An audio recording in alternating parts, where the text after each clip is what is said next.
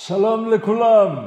Shalom familia. Luego del lanzamiento oficial de nuestra app, el Código Real, compartimos contigo el gran compromiso social que hemos asumido.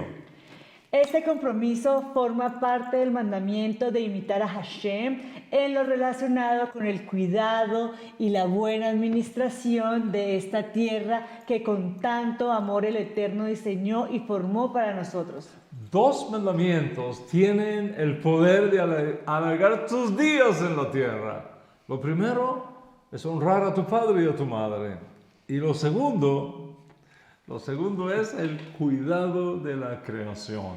Como sabemos, el papel es material orgánico que obtenemos talando los árboles y usando las fibras de la celulosa de la madera para conseguir la pulpa, de donde sacamos el papel, y con ello muchos animales se han quedado sin hogar. Tener la app, el Código Real, nos permite proteger nuestros árboles. Así es. Contribuir así al cuidado y mantención de la tierra. Al adquirir la app del Código Real, contribuyes al fondo destinado para la siembra de árboles y el cultivo de flores y legumbres en diferentes partes del mundo, comenzando en Israel. El jardín del Código Real es la forma de hacer tikkun olam, reparar de alguna manera nuestro hogar, la tierra, y ya no necesitaremos talar árboles para imprimir libros de papel. Ahora contamos con libros electrónicos.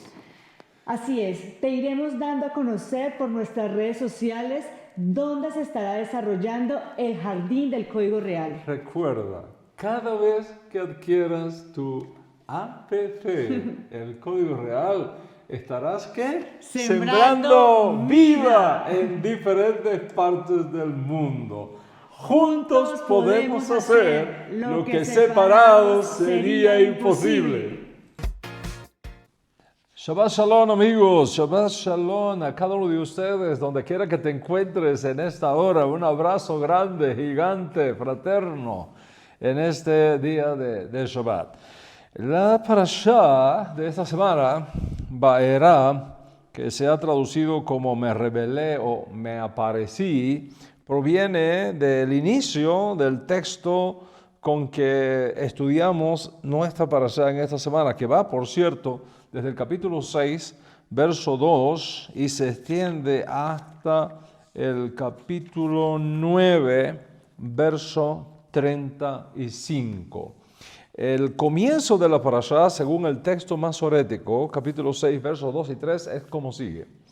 Dice así el texto: Vaidaber Elohim el Moshe, Vayomer elaf, Ani Adonai, Vaera et Abraham et Yitzhak, Ve'el Yaakov, Ve'el Shaddai, Ushmi Adonai, Lo nodati lachem. Lo nodatim lachem. Es decir, Dios le habló a Moisés y le dijo: yo soy Hashem, me rebelé a Abraham, Isaac y Jacob como Elohim Todopoderoso, el Shaddai. Pero no les permití que me conocieran por mi nombre, Yuhei Bahei, o no me les revelé a ellos, no me di a conocer a ellos como Yuhei Bahei. Bueno, leyendo esto así, pareciera que ni Abraham, ni Isaac, ni Jacob supieron que el nombre del Eterno era Yuhei Bahei, solamente el Shaddai. Sin embargo, cuando vamos a la Torah, nos encontramos que tanto Abraham como Isaac como Jacob conocieron del nombre de Hashem, invocaron ese nombre, tanto en sus rezos como en sus sacrificios. ¿Qué significa entonces que el Eterno no se dio a conocer a ellos con su nombre propio, Yuhei Bahei, sino como el Shaddai? En el hebreo antiguo, el significado es que los padres, los avot, nunca le exigieron a Hashem pactar con ellos cuando su nombre, Yuhei Bahei, fuese requerido como garantía de sus promesas, como ahora lo está siguiendo Moshe Rabbeinu. Bastaba que el Eterno les dijese algo, ellos lo creían, lo aceptaban y se movían según la revelación recibida. Pero aquí Moisés está buscando como asegurarse que Dios cumpla su promesa y diga la famosa fórmula Ani Hashem. ¿Okay? Ese es el sello, ¿no? Oye, yo soy Hashem, lo voy a cumplir. Él está pidiendo como que Hashem le dé ese sello, esa firma, dámelo por escrito, diríamos hoy día, en relación con la promesa de ir a Egipto y sacar a los hijos de Israel de Egipto. Moisés estaba pidiendo una garantía. Y ante eso, el Eterno le dice, Moshe, ¿qué está pasando contigo? Tus ancestros, Abraham, Isaac y Jacob, nunca me exigieron relacionarse conmigo usando mi nombre. Bastara que yo les dijese El Shaddai y suficiente para ellos. Pero ahora tú, un descendiente de ellos, estás exigiéndome garantías para creer en la misión que te estoy confiando. ¿Dónde está tu emuná? ¿Dónde está tu confianza en mí? Eso es, culturalmente hablando, lo que está detrás de este diálogo del Eterno con Moshe Rabbeinu, todo lo cual indica la importancia, y no cesamos de subrayar esto, la importancia de estudiar la Torah en profundidad para conocer de qué se está hablando y de qué se está dialogando en las diferentes narrativas bíblicas que tenemos en el Tanaj. Si no conocemos estas cosas, lo que vamos a encontrar siempre serán inconsistencias, incongruencias, contradicciones. Y ciertamente estas cosas, como te comenté en el shiur previo, estas cosas aparecen a lo largo y ancho del Tanaj y también a lo largo y ancho del Hasofen Hamaruti. Sin embargo, una vez que conocemos el entorno, no solo el texto, sino el contexto, tanto el contexto interno como el contexto externo, tanto las palabras hebreas como la espalda de las palabras hebreas, las cosas, si no tenemos ese conocimiento, las cosas no toman el rumbo que necesitamos para tomarle el pulso realmente al autor original acerca de qué es realmente lo que está diciendo a sus destinatarios orgánicos. Por otro lado, muchas veces, incluso para tomarle el sentido al texto sagrado que estudiamos, tenemos que irnos más allá del texto bíblico y conocer las condiciones sociales, culturales, las prácticas, los protocolos antiguos y que formaron ese gran contexto dentro del cual surge la Escritura Sagrada. De modo que para realmente comprender en profundidad las Escrituras, debemos conocer tanto como sea posible, además de nuestras fuentes textuales, otras fuentes textuales y culturales que rodearon a Israel y a los hombres bíblicos. ¿Por qué? Porque la realidad social, histórica y teológica que formó el gran contexto de donde surge el pueblo hebreo y la Biblia hebrea, impactó a los escritores y editores bíblicos. Y sin el conocimiento de este gran contexto, sería mucho más difícil conocer el texto sagrado que estamos estudiando. Este es el caso en el texto que nos ocupa. ¿Por qué? Porque obedece a protocolos antiguos que marcaban la manera como interactuaban y se relacionaban las personas entre sí. Bienvenido a clase. De modo que el texto no tiene que ver con si Abraham, Isaac y Jacob conocieron o no el nombre sagrado del Dios de Israel. Por supuesto que lo conocieron, pero el tema aquí es otra cosa. El tema aquí es Emunat Hashem, no conocimiento de Hashem. Emunat Hashem, confianza en Hashem. Bueno, aclarado esto, quiero llamar tu atención al texto del Código Real que se corresponde con nuestra parashá. Se encuentra en Hillel, capítulo 2, verso 21. Hillel, capítulo 2, versículo 21. En Gilel, capítulo 2, versículo 21, leemos lo siguiente. Y cuando se cumplieron los 8 días de su nacimiento, llegó el momento de hacerle su Brit Milá. No voy a entrar en los detalles académicos del texto Gilel, ni explicar los enormes desafíos textuales que tenemos aquí delante, porque estos asuntos se estudian en nuestro Centro de Estudios Hebraicos Raddam Ben Abraham, para aquellos de ustedes que han decidido conocer en profundidad y académicamente nuestra Sagrada Torah. Pero sí quiero mencionar algo que tiene que ver con la vida de nuestro Rabbi Yeshua. Alguien que nos sigue en las redes sociales nos escribió y nos envió una pregunta muy interesante. La pregunta es, ¿cuál es el argumento halágico o bíblico para validar la razón por la cual Yeshua no se casó? En otras palabras, nos dice esta pregunta, ¿se casó o no se casó Yeshua? Un amigo me lo envió, parece ser que otro amigo se lo envió a él y él me lo envía a mí para que yo le dé la respuesta. Y con muchísimo gusto, pero antes de iniciar la respuesta a tan interesante pregunta, quiero recordarles algo. Los que impugnan la mesianidad de Yeshua, como ya lo he dicho decenas de veces en clases previas, especialmente en esta última serie que les entregué sobre Isaías 53 y el siervo sufriente. Los que impugnan la mesianidad de Yeshua, nunca están satisfechos con las evidencias que les damos. Ellos simplemente están cerrados mentalmente a la posibilidad de que Yeshua sea el Mesías.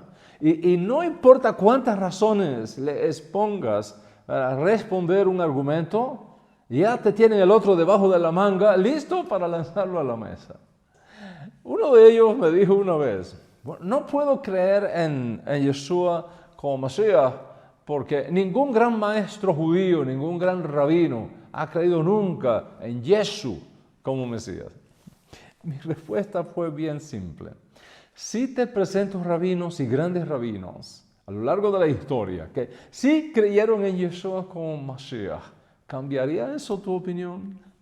En otras palabras, ¿cuántos rabinos antiguos y modernos, simples rabinos y grandes rabinos, son necesarios que te presente para que tú también creas que Yeshua es el Mashiach? El silencio fue su respuesta. Es muy difícil el diálogo constructivo cuando alguien cruza la línea de la investigación de Yeshua como Mesías y decide desligar su alma de Yeshua o desentenderse y disimular a Yeshua. Y muchos lo han hecho.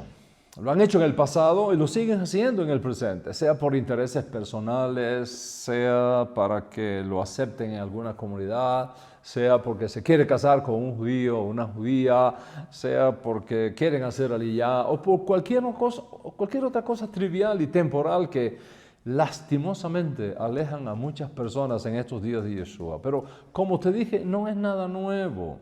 De hecho, en el propio Código Real se nos informa que en los días mismos de Yeshua,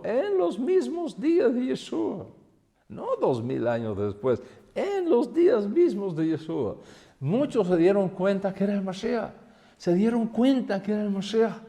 pero se lo callaban. ¿Por qué se lo callaban? Dicen nuestros textos, porque amaban más la gloria de los hombres que la gloria de Dios. De modo que, mis amigos, no estamos tratando un asunto trivial, no estamos tratando un asunto de miniatura teológica, absolutamente no es así. Es un tema profundo, y no solo profundo, riesgoso. ¿Y por qué te digo riesgoso? Porque ¿quién asume este tipo de postura, de jugar con la revelación de Yeshua como Mashiach, de andar en la cuerda floja con Yeshua, o incluso hacerse de la vista gorda con Yeshua por evidentes agendas y consideraciones personales, les puede atrapar una vieja maldición pronunciada por el profeta Isaías hace 3.800 años atrás y que sigue aún en efecto en nuestros propios días. No podemos olvidar que el profeta dijo en sus días, vamos a mirarlo, Isaías capítulo 6, verso 10. Haz insensible el corazón de este pueblo, endurece sus oídos y nubla sus ojos, no sea que vea con sus ojos y oiga con sus oídos y entienda con su corazón y se arrepienta y sea curado. Estas son palabras muy fuertes, no solo fuertes, difíciles de digerir. Fueron dirigidas por el profeta Isaías a los hombres del reino de Judea en los días del profeta. Fueron dirigidas a sus príncipes, a sus sacerdotes que se habían corrompido yendo cada uno detrás de sus propios intereses personales, ignorando el mensaje de los profetas, prestando oídos cerrados a las palabras del Eterno, cada uno buscando su propio bien personal y siguiendo sus propias agendas. Y cuando una persona cierra su corazón a lo que Dios Altísimo le está mostrando, corre el peligro de cruzar esa línea roja de no retorno y entonces podría caerlo aleno bajo la energía negativa que flota aún en el aire de lo que el profeta Isaías dijo a aquella generación que se resistía a ver lo que Dios evidente les estaba mostrando, que se negaba a lo que era un mensaje evidente del cielo. ¿Por qué? Porque sus agendas personales y sus intereses partidistas eran más importantes para ellos que lo que Dios Altísimo les estaba diciendo. Mis amigos, cuando nos resistimos a ver lo que claramente Dios Altísimo está mostrando y rechazamos lo que evidentemente Dios mismo está respaldando, entonces nos exponemos a ser alcanzados por esta energía negativa que proviene de los profetas. No tomes esto como una manipulación o una maniobra apologética o el argumento del miedo, porque ninguna de estas cosas forma parte de nuestra integridad ética y profesional en la exposición de las Escrituras. Es simplemente un recordatorio de que no estamos tratando aquí con cualquier cosa. No es simplemente un intercambio de ideas, sino que lo que está en la mesa es precisamente lo que define la razón misma de la creación del universo, del hombre, del destino eterno del hombre. ¿Por qué? ¿Por qué? Porque Mashiach es la razón suprema de la creación, es su meta final. Como han dicho ya nuestros sabios, que todo fue hecho por y para Mashiach, porque todos nuestros profetas no profetizaron sino para los días del Mashiach.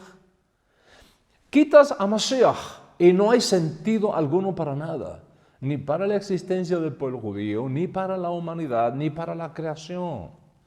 Mis amigos, Mashiach es el dabar supremo de Hashem, su meta suprema, su idea suprema, su logo supremo, su plan maestro. Moshe habló sobre el Mesías y el resto de las escrituras hebreas están repletas de citas y alusiones directas e indirectas al Mesías, a la era mesiánica.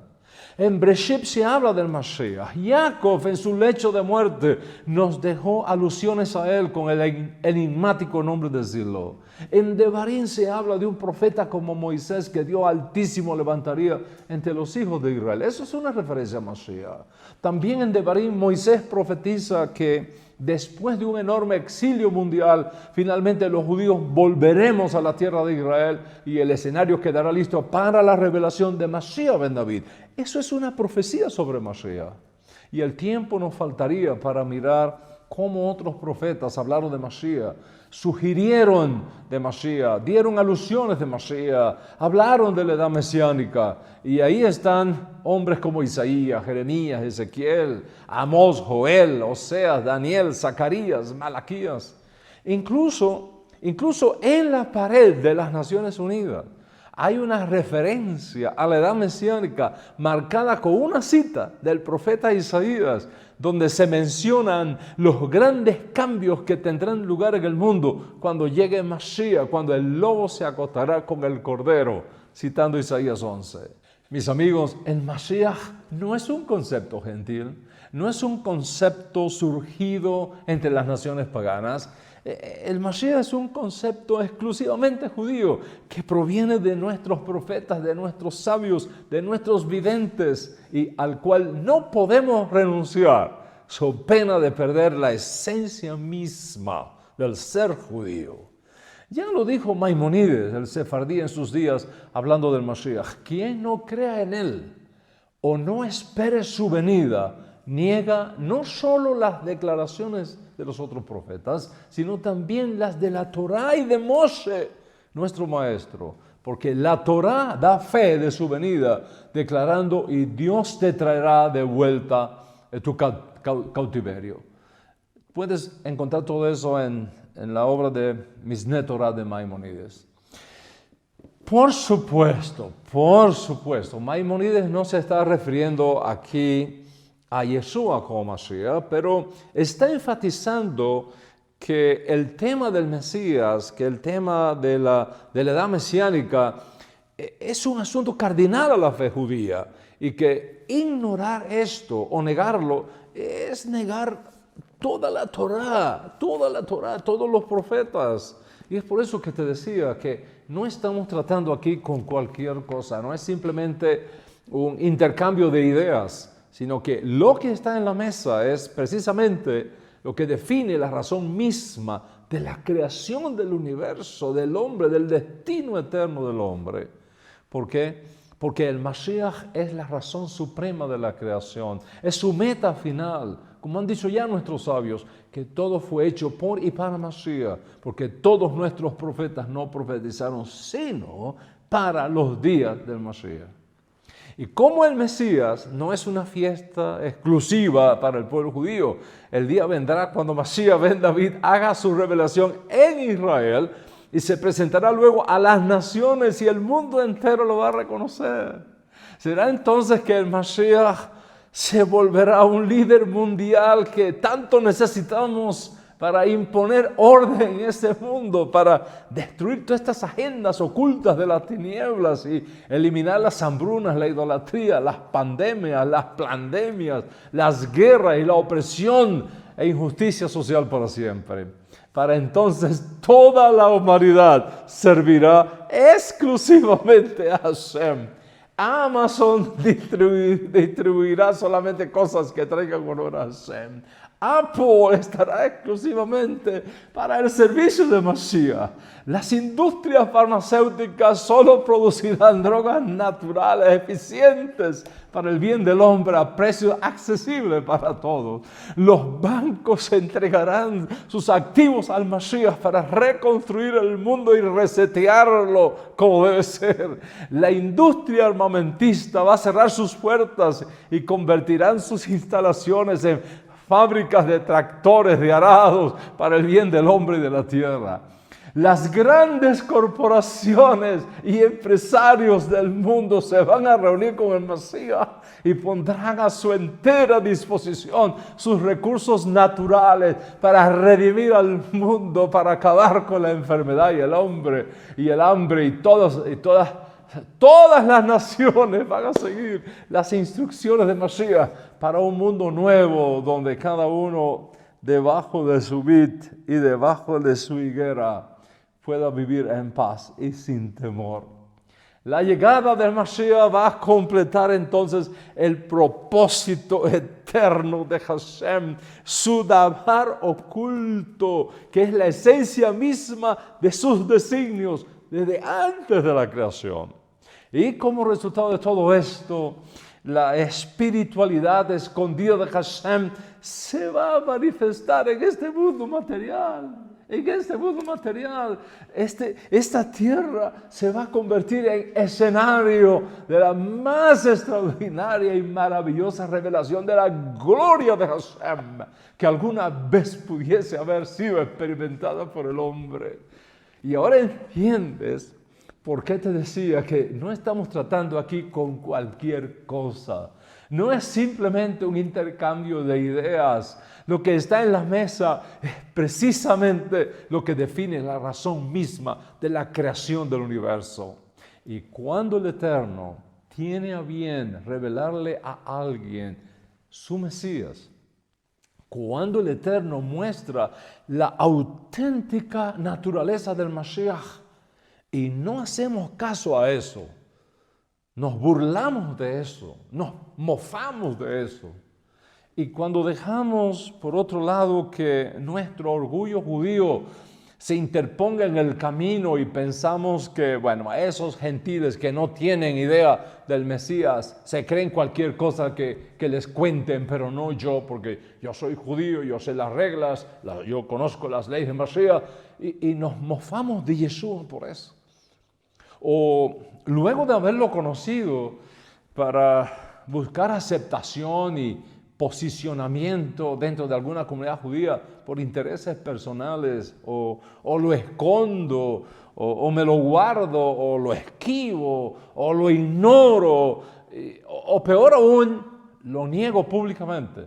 Entonces nos exponemos a esta maldición que opera detrás de estas cosas y que impacta negativamente la vida de muchas personas. No olvidemos lo que dijo el profeta Isaías. Isaías 6, capítulo 6, verso 10. Haz insensible el corazón de este pueblo, endurece sus oídos y nubla sus ojos.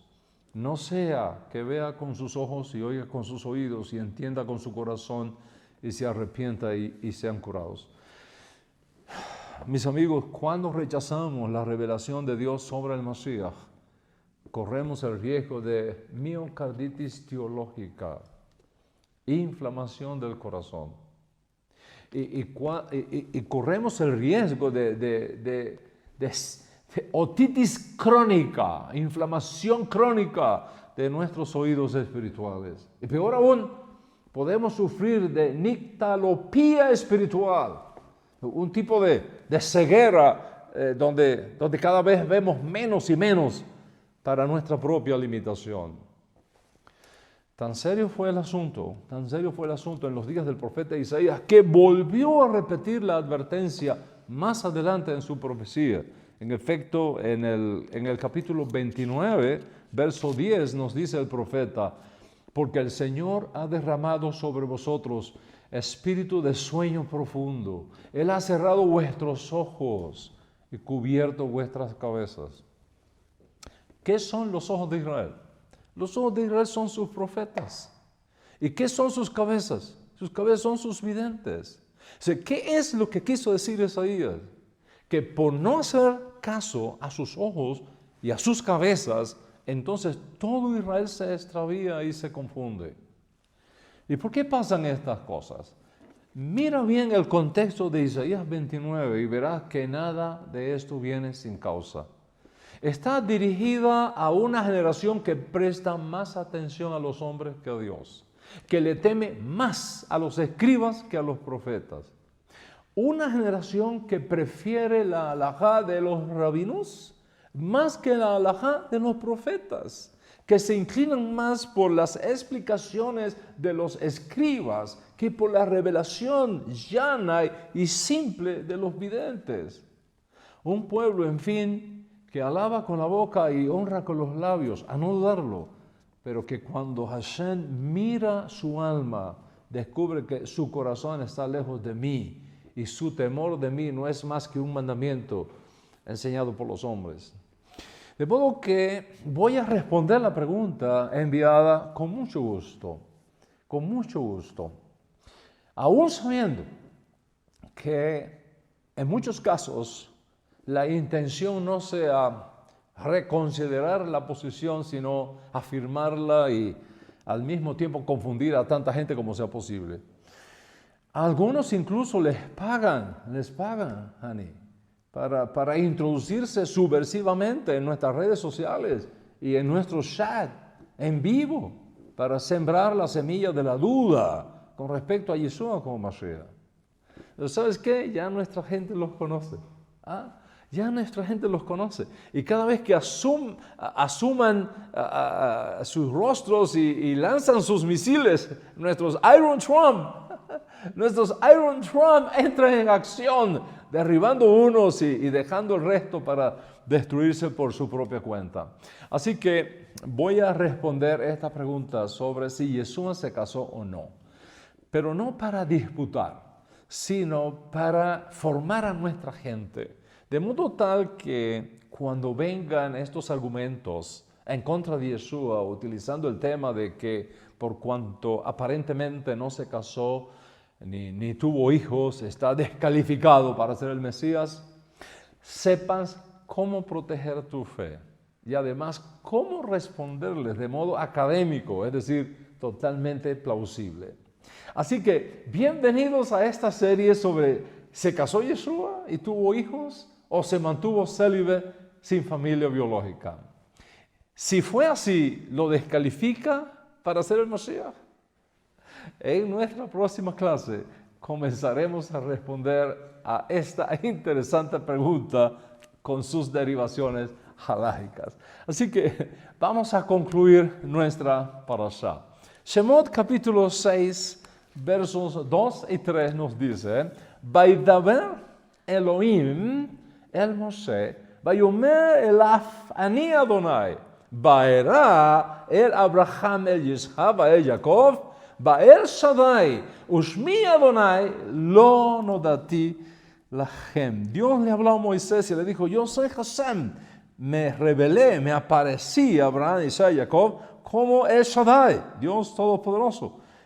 Y no les permití que me conocieran por mi nombre Adonai. Bueno, ya les expliqué que el texto no significa para nada que Abraham, Isaac y Jacob no conocieran el nombre de Hashem, de Yud-Heh-Vah-Heh, sino que es una forma cultural antigua utilizada por dos amigos que conversan, donde uno está exigiendo al otro evidencia de garantías de su palabra, contrario a los ancestros que tuvieron emuná en Hashem y que nunca le pidieron garantías de nada.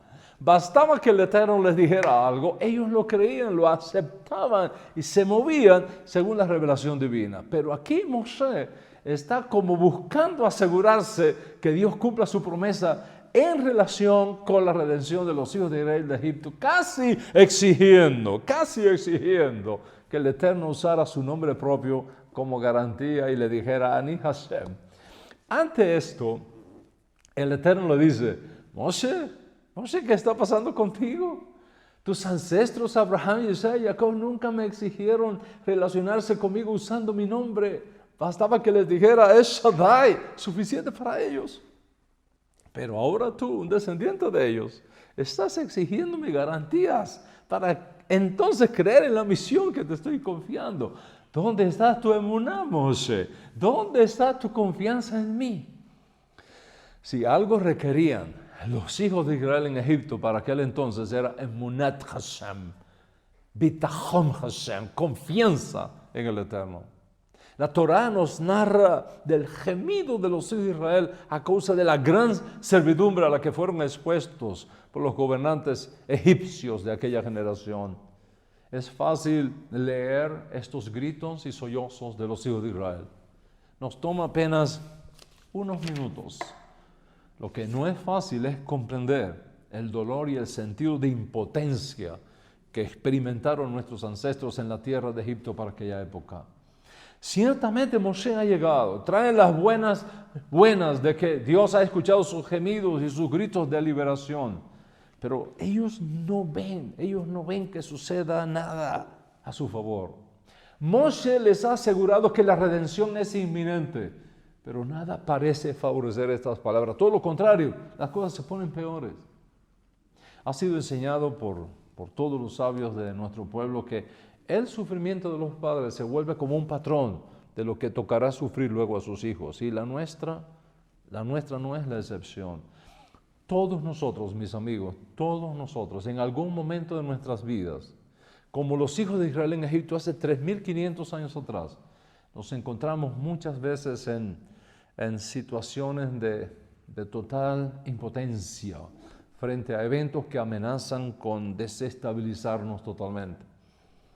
Decidimos servir a Hashem, decidimos aprender Torah, decidimos caminar en los mandamientos que nos son incumbentes y de pronto Y aquí que en vez de ver el camino abierto y sin obstáculos, sucede todo lo contrario.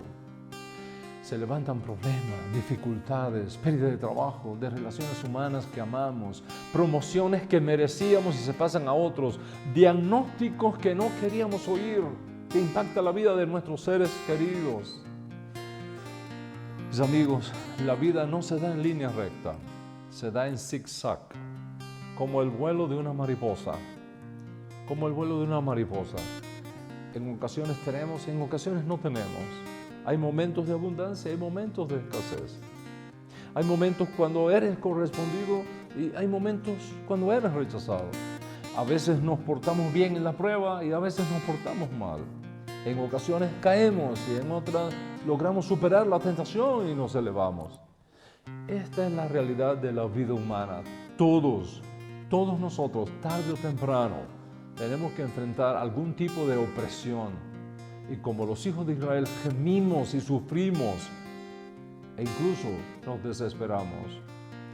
La gran lección que tenemos en esta parashá es que al leer estas narrativas desde la perspectiva del escriba que la preservó para nosotros, podemos tener la certeza de que finalmente Hashem interviene. Finalmente Hashem interviene. Finalmente las cosas se vuelven contra nuestros opresores. Y finalmente salimos de Egipto hacia la tierra de libertad. Esa es la enorme fuerza, la enorme energía que tiene esta parashá. Para ti, para mí, para todos nosotros. Que a pesar del momento difícil que pudiéramos estar pasando, finalmente el faraón será obligado a dejarnos ir y saldremos victoriosos de la prueba. Aprender cómo aplicar este principio y cómo tomar esta energía que proviene de esta parashá, aplicarla a las condiciones de cada uno de nosotros, es el secreto para que podamos descubrir para nosotros la grandeza que esta parashá tiene en este día de Shabbat. Si tenemos emunah Hashem, si confiamos en los recursos extraordinarios que Él ha puesto adentro de ti, y si nos miramos hacia adentro y los descubrimos y le echamos mano, podemos tener la seguridad de que aun cuando haya momentos de tribulación y espanto, de sufrimientos y desesperanzas, finalmente saldremos de ahí hacia la tierra de libertad, saldremos de ahí hacia la tierra de la luz, hacia un tiempo de redención también para nosotros. Feliz el hombre que entienda esto. Feliz la mujer que lo atesore en su corazón. Feliz el pueblo que le cree a Hashem y que confía en sus promesas. Shabbat Shalom, amigos. Shabbat Shalom. Shalom. Hoy, cuando hemos recibido de nuestro rabino esta maravillosa clase de Torah basada en la parashá Vayera, les comparto que esta parashá es la que corresponde a nuestro amado rabino por el día de su cumpleaños. En efecto, el día 23 de Teves del año hebreo 5712, el Eterno dispuso la llegada al mundo de nuestro amado rabino Dan Ben Abraham. Justo para esta parashá que nos ha compartido nuestro amado Rab, está cumpliendo sus 70 años de edad. La vida de el Rab ha sido de gran bendición para muchos, para mí y para todos ustedes también. Nuestro rabino ha sido instrumento del Eterno para sacar de la idolatría a miles y miles de personas en toda Iberoamérica. Se ha calculado que más de 1 millón de personas alrededor del mundo han retornado a los caminos de Israel por la instrumentalidad de sus profundas y excelsas enseñanzas, y la mayoría de nosotros somos el resultado de su compromiso y amor incansable por la grandiosa labor de la redención y la búsqueda de las ovejas perdidas de la casa de Israel. Sigamos orando por su vida para que el Eterno los siga llenando de fortaleza, sabiduría por muchos, muchos años más de vida y servicio al Eterno. En este su cumpleaños número 70 estaremos agradeciéndole al Eterno por su vida y reconociendo su gran legado en nuestra generación. Esta es una gran ocasión para enviarle una nota de gratitud o una sedacá o el regalo que nazca de tu corazón para que con ello le podamos decir a nuestro rabino que apreciamos lo que ha hecho y lo que hace por nosotros semana tras semana, año tras año, Shabbat tras Shabbat. Más alto, feliz cumpleaños, amado esposo, rabino, amigo, padre, compañero de vida. Que el Eterno te siga bendiciendo hasta los 120 años y un día.